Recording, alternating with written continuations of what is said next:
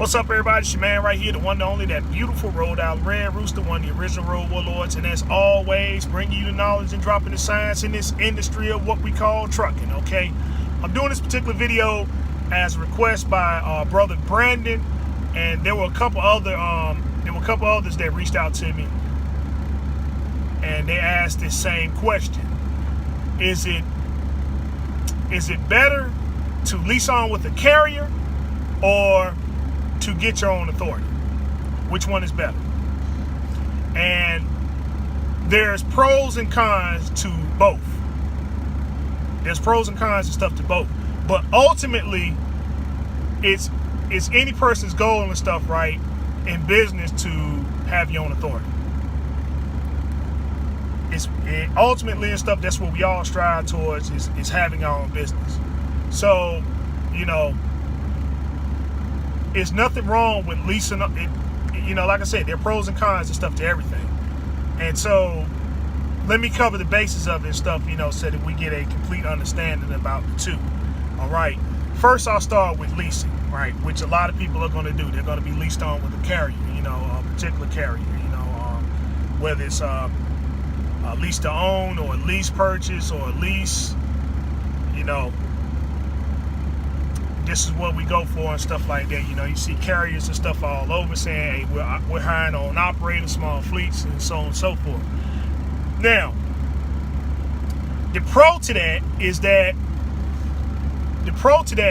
a lot of the paperwork, and stuff is going to be handled by them.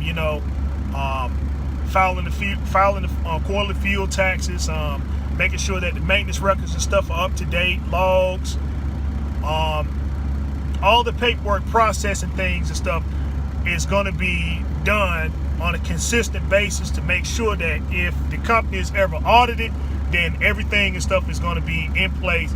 So if they choose you to do the audit at that particular carrier, then everything is going to be set to go. This is why they're so hard on guys and stuff, making sure that they turn their paperwork in a timely manner, because the people that are hired to do that type of work, they want to make sure that everything and stuff is in play, that everything is filed, so that if your number comes up, then it's simply showing the officers the said information and stuff, and then they'll just go about their business. Not having the stuff turned in a timely manner throws everything off, and then when it's time to get audited, it can be something as simple as a maintenance record report. If you don't have that, then you could be dinged and fined on that and stuff. Or even worse, if something comes up where it's a lawsuit against the company, that's one of the many things and stuff that they go after is maintenance report keeping. So you always have staff on hand to take care of the task and stuff, of what I mentioned, administrative paperwork and stuff like that, filling out carrier packets, getting things and stuff situated with your fuel cards and stuff like that, you have that staff and stuff on hand. If the carrier is big enough, then, you get to participate in some of the discounts and stuff that they may have. If your truck has to go into a shop or whatever, if you have to go to, if you're purchasing fuel and stuff like that, those discounts really come in handy, because a penny saved is a penny earned.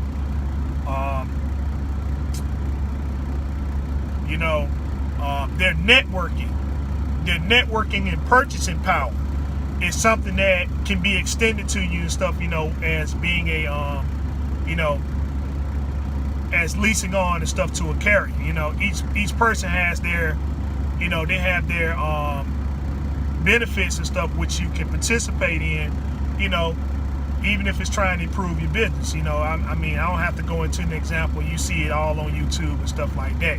These are guys that usually leased on and stuff to carriers. Now, that's the pro side to it. The con side is that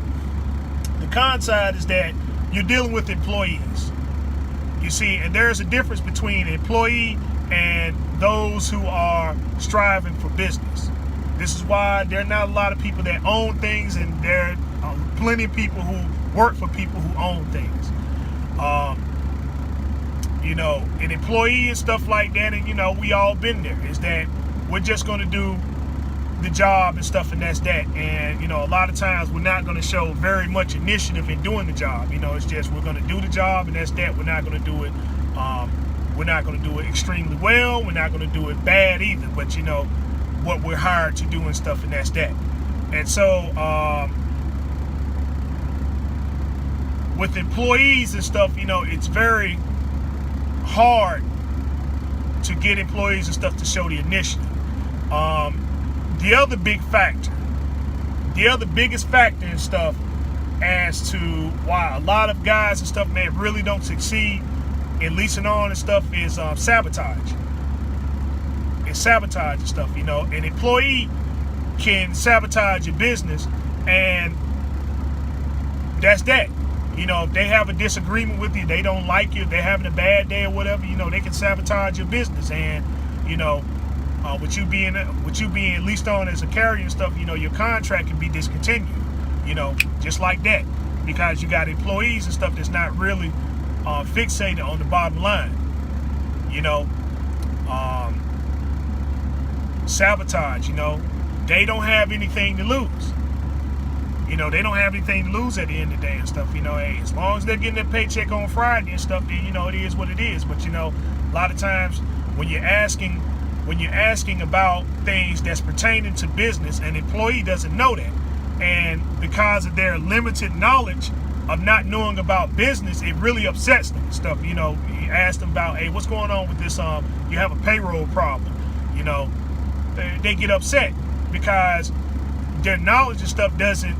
They're not very knowledgeable and stuff about what they're doing. They don't show the initiative of trying to learn the complete aspect of it and stuff, to help you along with what's going on and stuff with your business. So see, the two can never mix together to formulate something that's going to be beneficial for all. That's just that. A lot of guys who own businesses, a lot of times they have to come in and look at the overall runningness of the company, and they have to make cuts and stuff on account that a lot of people are riding the clocks and stuff. We're paying guys to do this, and I wish that they would show some initiative into doing this right here, doing that right there, so it can to save money. It can help further along and stuff the business. And so that's why a lot of businesses are really going into automated services or outsourcing services, or going autonomous, and that's because you have people that's in your business that's only running it at maybe 60 to 70% efficiency, when you're trying to get 100%. When you're trying to get 100% efficiency out of your business. And so that's why I say the two can never coexist. And so that's the con and stuff, man, to being leased on and stuff, is that you're subjected to a lot of employees' attitudes and stuff, and demeanors, and that's because their outlook on business is very limited. So just like talking to a child and stuff about issues and stuff that they don't know about, it really frustrates them.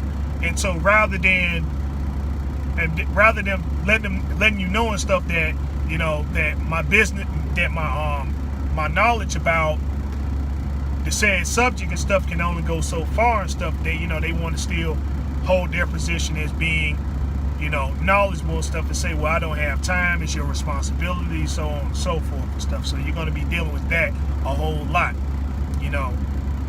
They don't have anything to lose, and so it's very hard and stuff for you to capitalize on a situation when you're the only one in it at the end of the day that has more to lose and stuff than someone that has nothing to lose. As long as they show up on time and they're clocked in, and we'll get to them later. As opposed to you, we can just get to you now and stuff by saying, well, I didn't like the way he talked to me and stuff, so